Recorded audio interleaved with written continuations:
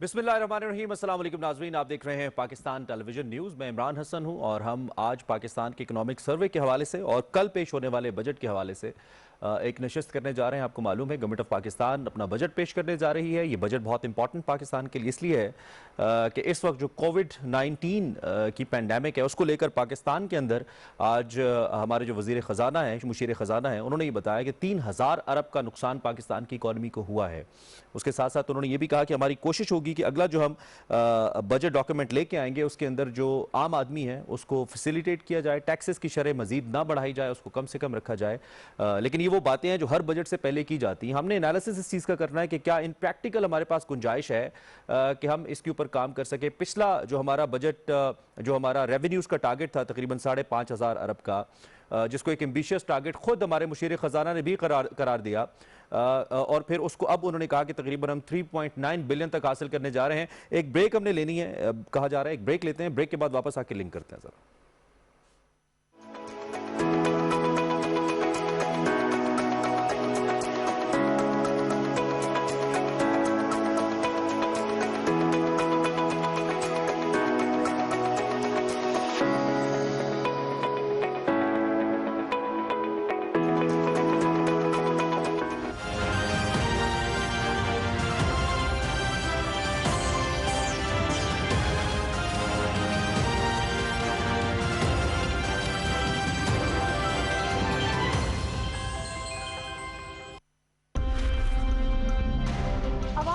Vote की ताकत ही अवामी नुमाइंदों को इक़्तिदार के ऐवानों तक पहुंचा सकती है और अवाम की खातिर किए जाने वाले फैसलों के समरात अवाम तक पहुंचाना इन्हीं नुमाइंदों का फर्ज है। इन्हीं अवामी नुमाइंदों से पूछेंगे सवाल और करेंगे अवाम के हुकूक के तहफ़्फ़ुज़ की बात, अवामी मसाइल के हल की बात, ऐवान से अवाम तक। देखिए हर सोमवार से जुमेरात रात 8:05 पर सिर्फ पीटीवी न्यूज पर।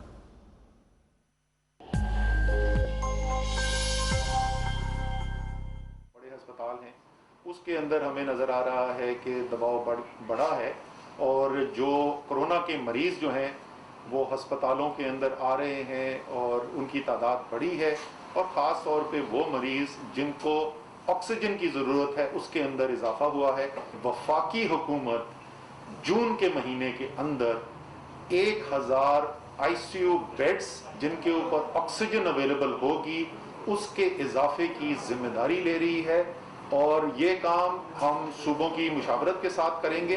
हमारा जो सेहत का निज़ाम है, हमारे अस्पताल जो हैं, उनके अंदर जो अस्पताल का अमला है उनकी जो ज़रूरत है, पीपीईज़ वगैरह तो प्रोवाइड करते रहे, लेकिन उसके अलावा जो ज़रूरतें हैं और अस्पतालों की जरूरत, क्योंकि वो भी एक वक्त बाकी जिस तरीके से मुल्क के मुख्तलिफ हिस्से जो हैं वो दबाव का शिकार हैं, अस्पतालों के अंदर भी जो है वो उनको मदद की ज़रूरत है। इंशाअल्लाह ताला जिस तरीके से पहले भी सूबों के साथ मिलकर हम कोशिश करते रहे हैं कि सेहत के निज़ाम के अंदर सलाहियत बढ़ाते चले जाएँ, मज़ीद इंशाअल्लाह इस पर बल्कि और तेज़ी से अब इस पर काम किया जाएगा।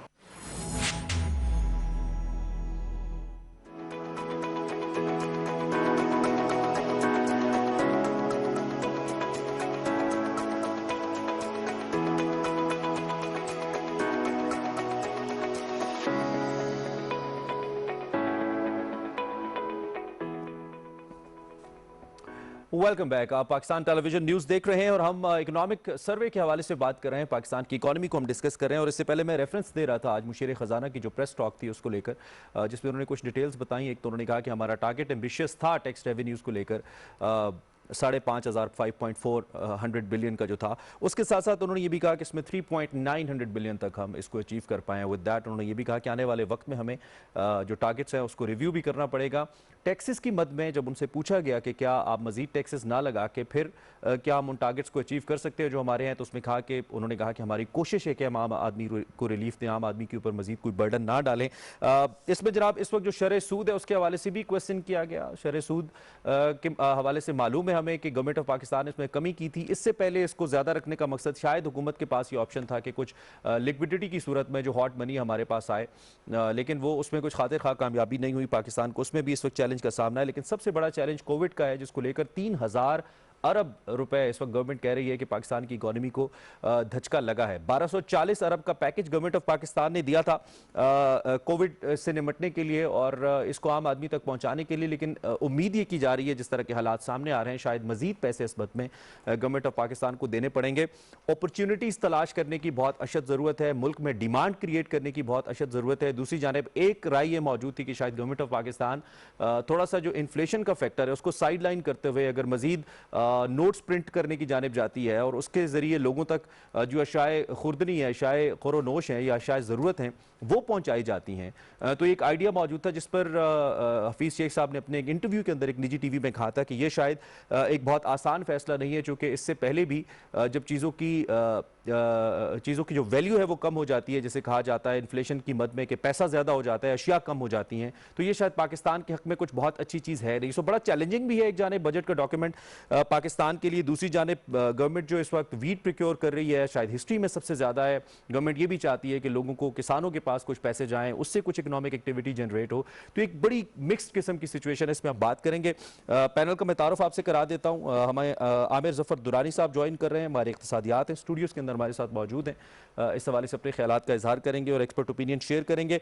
मियां अंजुम निसार साहब हमें ज्वाइन कर रहे हैं, आप सदर हैं FPCCI के, लाहौर से हमारे साथ मौजूद हैं, उनसे हम बात करेंगे। और सरदार तनवीर इलियास साहब हमारे साथ मौजूद हैं जो कि चेयरमैन हैं पंजाब इन्वेस्टमेंट बोर्ड के, स्काइप लिंक पे हमें ज्वाइन करेंगे। आप तीनों मुअज़्ज़िज़ मेहमानों का बहुत शुक्रिया। सबसे पहले मिस्टर दुरानी आपसे स्टार्ट करते हुए, आपने बजट पिछला डॉक्यूमेंट भी देखा, इनफैक्ट हर बजट डॉक्यूमेंट देखा, और उस पर हमारी जो एम्बिशंस होती हैं, हमारे जो एम्स होते हैं, आज की जो प्रेस टॉक थी मुशीर ख़जाना की, इसको आप कैसे एनालाइज करें हमारी करंट सिचुएशन को देखते हुए? शुक्रिया बहुत बहुत प्रोग्राम बुलाने का। देखिए आज जो है, मैंने शायद आपको इस प्रोग्राम से पहले भी कहा कि आज उन्होंने कुछ नंबर्स पेश करने की कोशिश की, कुछ हमें दिलासा दिया कि तकरीबन हर चीज़ अगर आप गौर करें तो GDP जी हम इसको बढ़ाएंगे, कुछ लॉसेस ये जो आपने 3000 अरब का जिक्र किया है।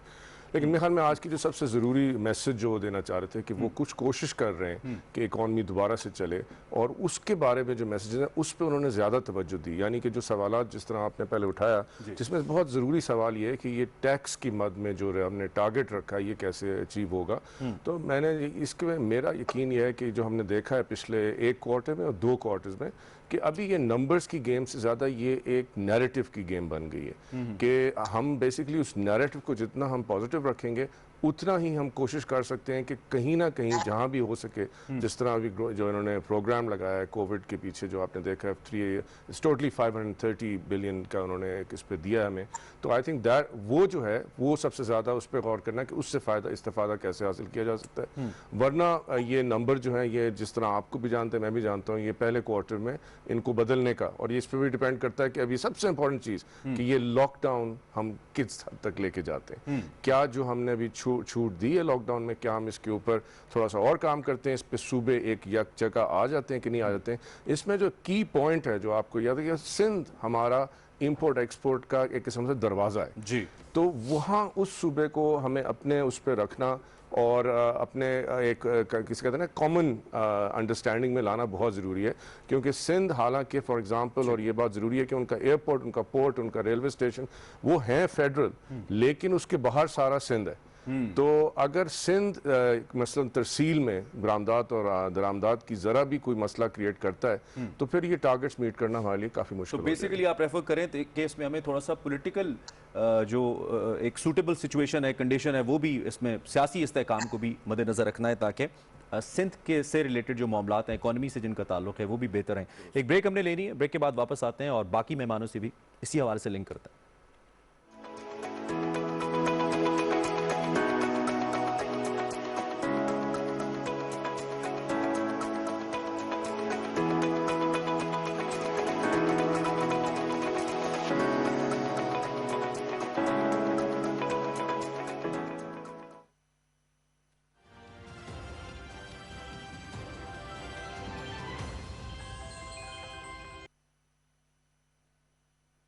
Allahu Akbar, Allahu Akbar, Allahu Akbar, Allahu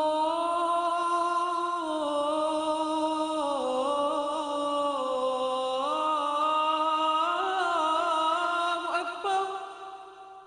Ashhadu an la ilaha illallah.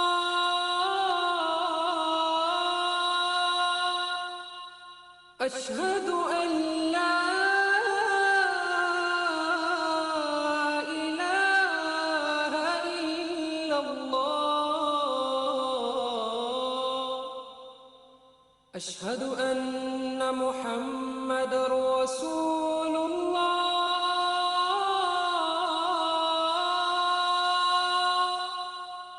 अशहदु अन्न मुहम्मदर रसूलुल्लाह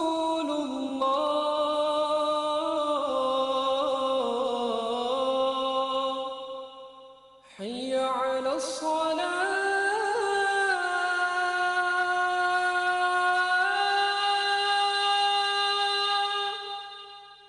हय्य अलस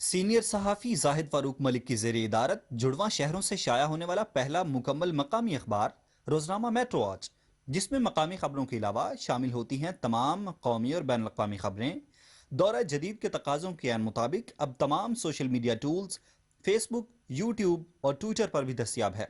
आज ही अपने हॉकर से अपनी कॉपी बुक करवाएं या विजिट करें www.metrowatch.com.pk।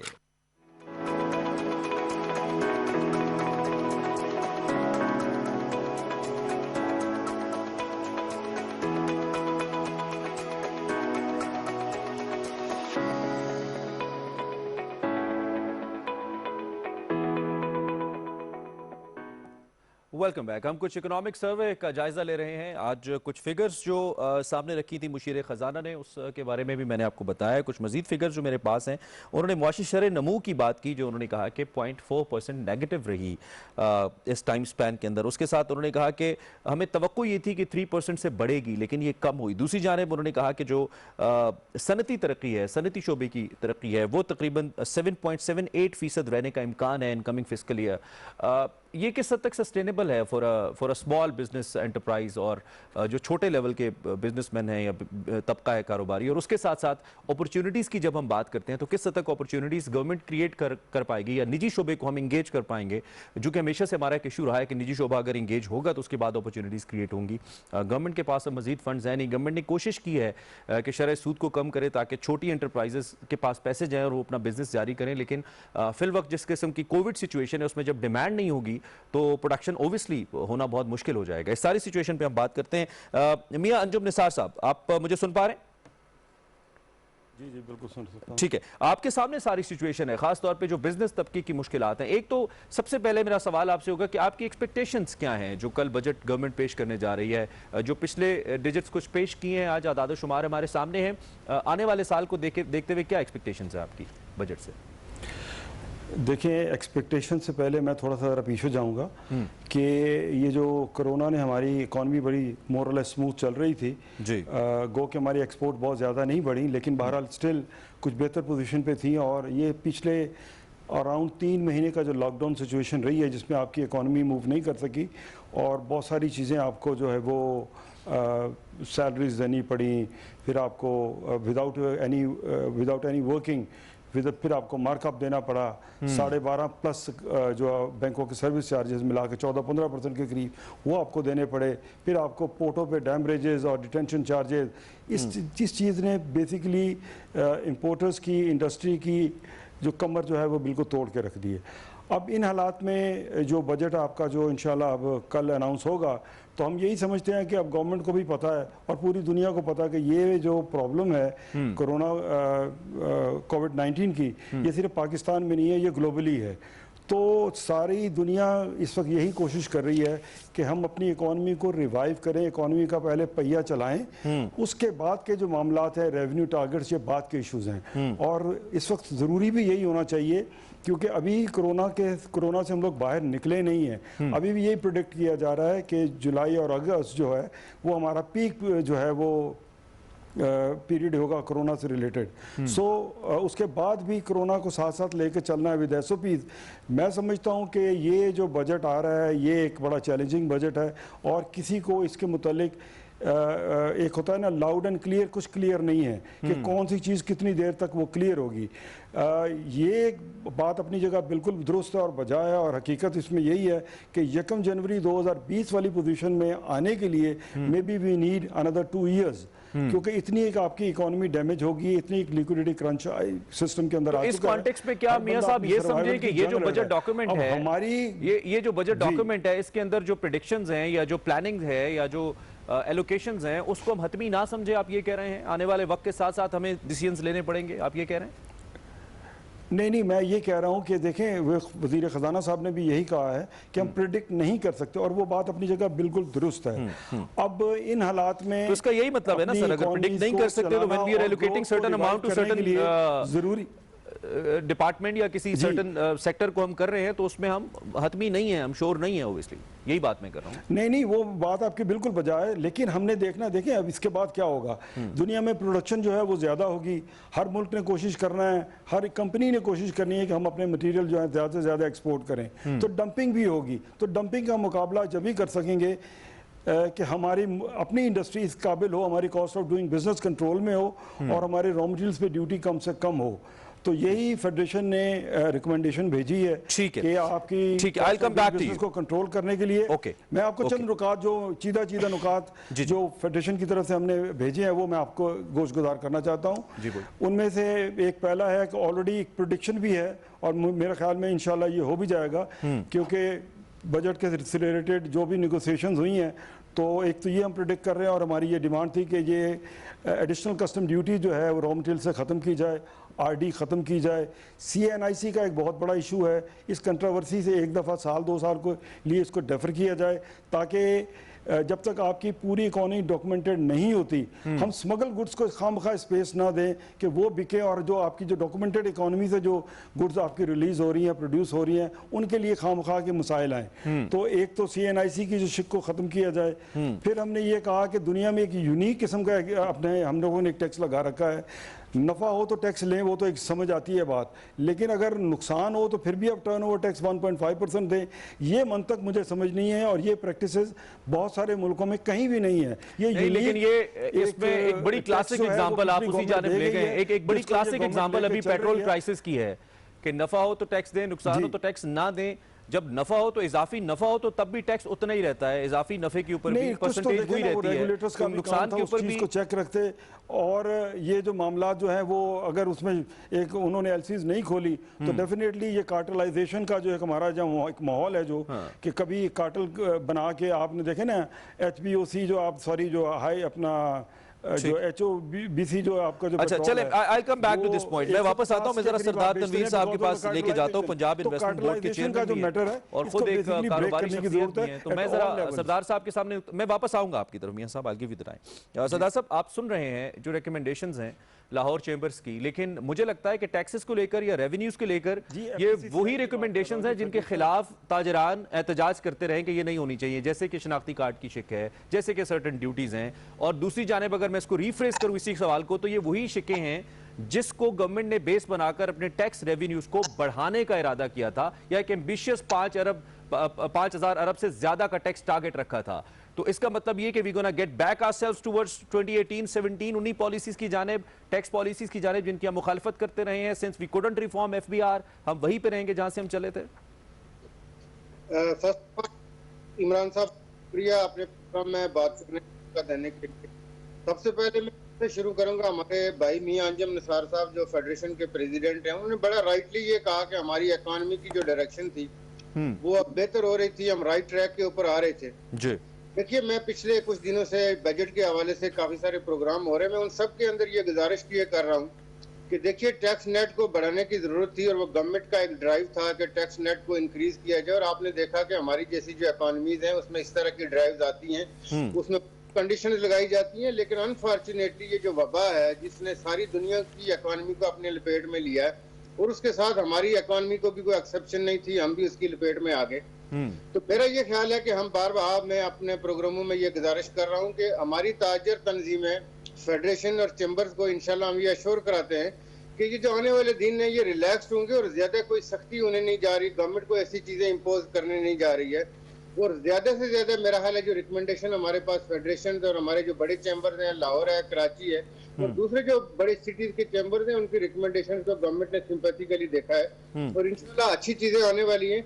और इस वक्त ये ड्राइव जो आपका क्वेश्चन ये कि क्या हम टैक्स नेट को नहीं बढ़ा सकेंगे, यकीनन हमें टैक्स नेट को बढ़ाना है, हमने उस तरफ जाना है, लेकिन प्रेजेंट हमारी कंडीशन ऐसी नहीं है, सूरत हाल ऐसी नहीं है कि हम कोई ज्यादा ऐसी सख्ती कर सकें या कोई ऐसी ड्राइव कर सकें। तो मेरा ख्याल है इसको हमें ग्रेजुअली लेके जाना पड़ेगा। प्रेजेंट कंडीशन ये है कि हम ये चाह रहे हैं कि हमारी इंडस्ट्री और ट्रेडर और स्पेशली हमारे जो एक्सपोर्टर्स हैं उनको ज्यादा से ज्यादा स्पेस दी जाए ताकि वो इकोनॉमिक एक्टिविटी जनरेट करें, ताकि यहाँ हमारे माशरे के अंदर अनएम्प्लॉयमेंट कम से कम हो। अच्छा सरदार साहब, डोंट यू थिंक कि इसके अंदर इस वक्त सबसे इंपॉर्टेंट बात जो है वो फोकस शिफ्ट की है? जब हम इंडस्ट्री की बात करते हैं तो हम उन्हीं 3-4 इंडस्ट्रीज की बात करते हैं जिनसे हम पिछले 20, 25, 30 सालों से एक्सपेक्ट कर रहे हैं कि वो ग्रो करें और वो हमारे एक्सपोर्ट का बोझ उठाएं।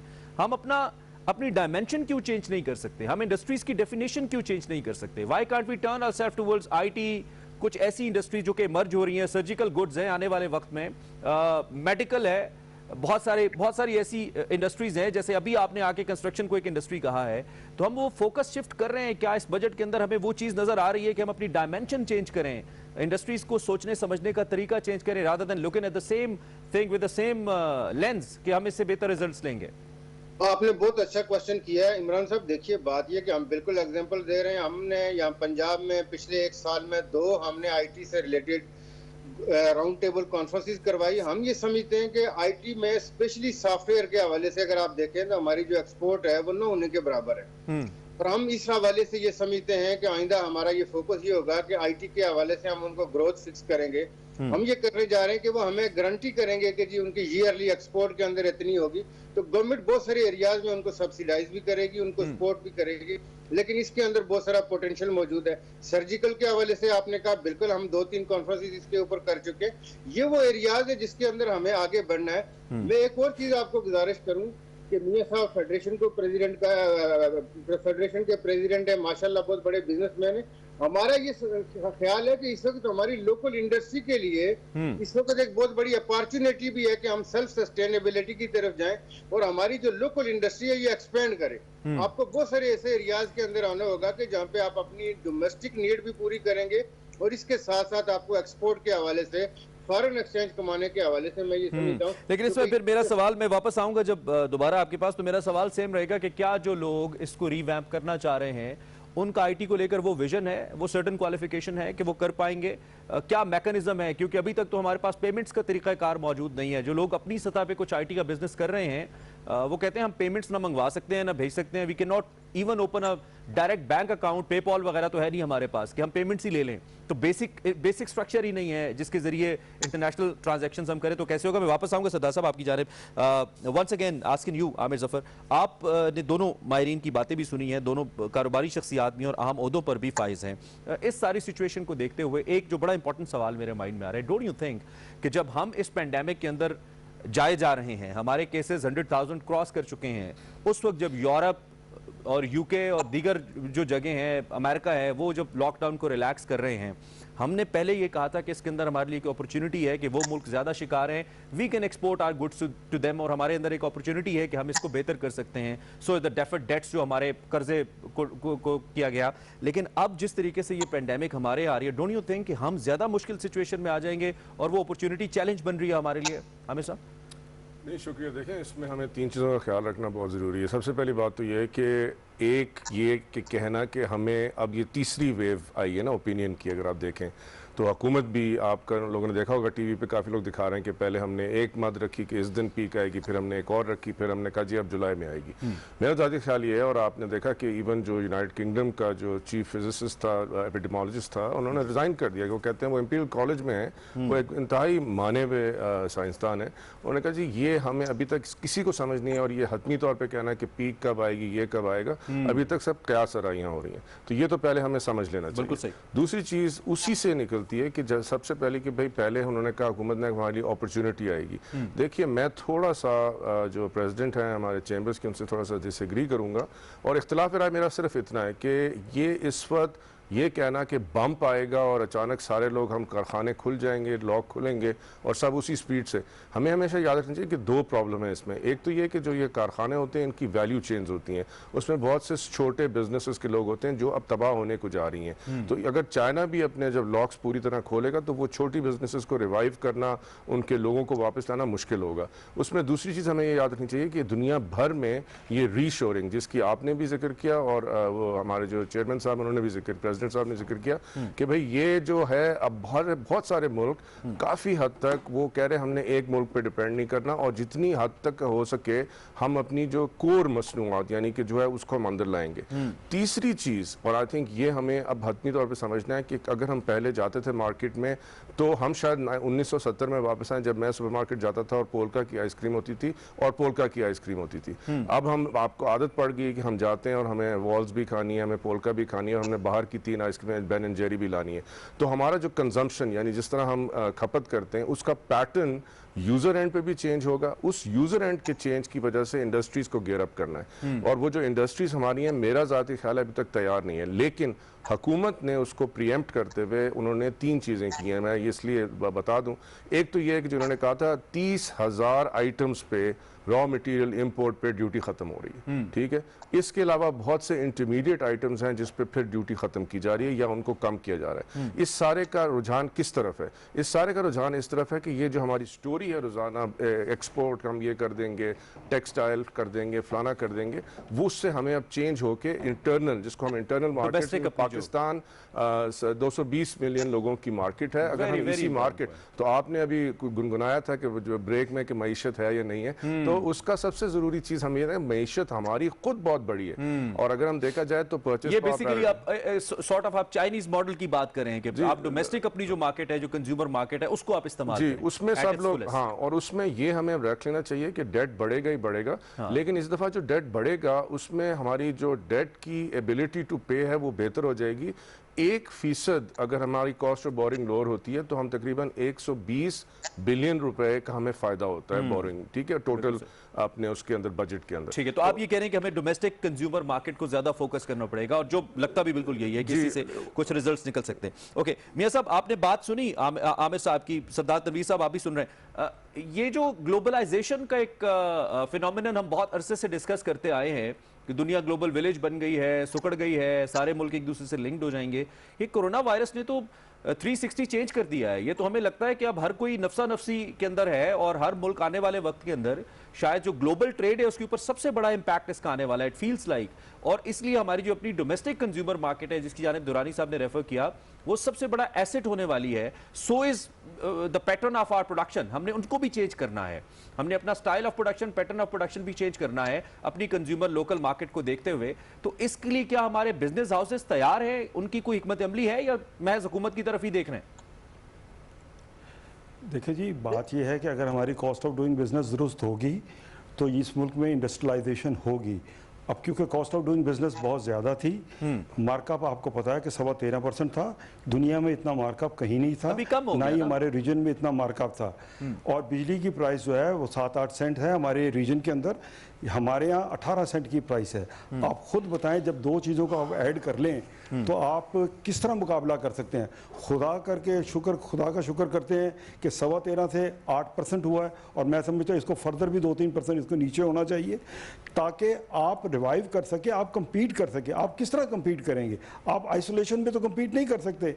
आपने एक्सपोर्ट करना है, फिर भी आपने अपना कंपटीशन करना है, प्राइस को compete करना है, सर्विसेज में compete करना है, और अगर आपने बाहर से जो गुड्स पाकिस्तान में एंटर हो रही हैं, आपने वहाँ भी कंपटीशन करना है। सो गुजारिश करने का मकसद है कि जब तक हम अपनी basic cost of doing business को दुरुस्त लेवल पे नहीं लाएंगे, मुल्क में इंडस्ट्रियलाइजेशन नहीं होगी।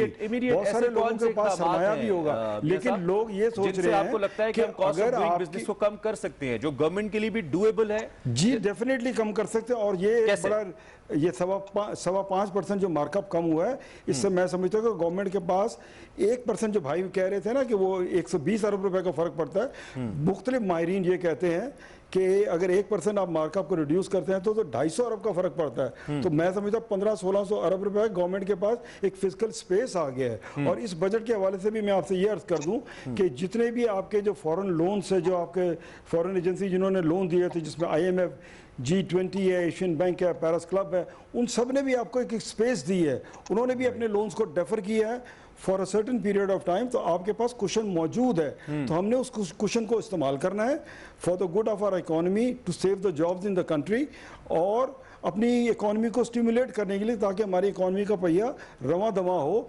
ये बुनियादी चीज़ें हैं, और रॉ मटेरियल्स पे कुछ चीज़ें दुरुस्त हो जाएंगी तो मैं समझता हूँ कि ठीक है, लोगों की परचेजिंग पावर और लिक्विडिटी के मसाइल अपनी जगह हैं, लेकिन देखिए ना, हम इन नुकात को हमेशा मिक्स कर जाते हैं। पता है क्या होता है, जो बिजनेस कम्युनिटी है वो जिम्मेदारी उठा के हुकूमत पे डालती है, हुकूमत अपनी लाचारी दिखाती है, पिसते अवाम रहते हैं। सोल्यूशन निकालना है ना सर, बात सुन लीजिए ना, सोल्यूशन निकालना है ना। 220 मिलियन की मार्केट है ना, सुन लीजिए, we don't want any subsidy, we simply are asking कि हमें लेवल प्लेइंग फील्ड दे दे।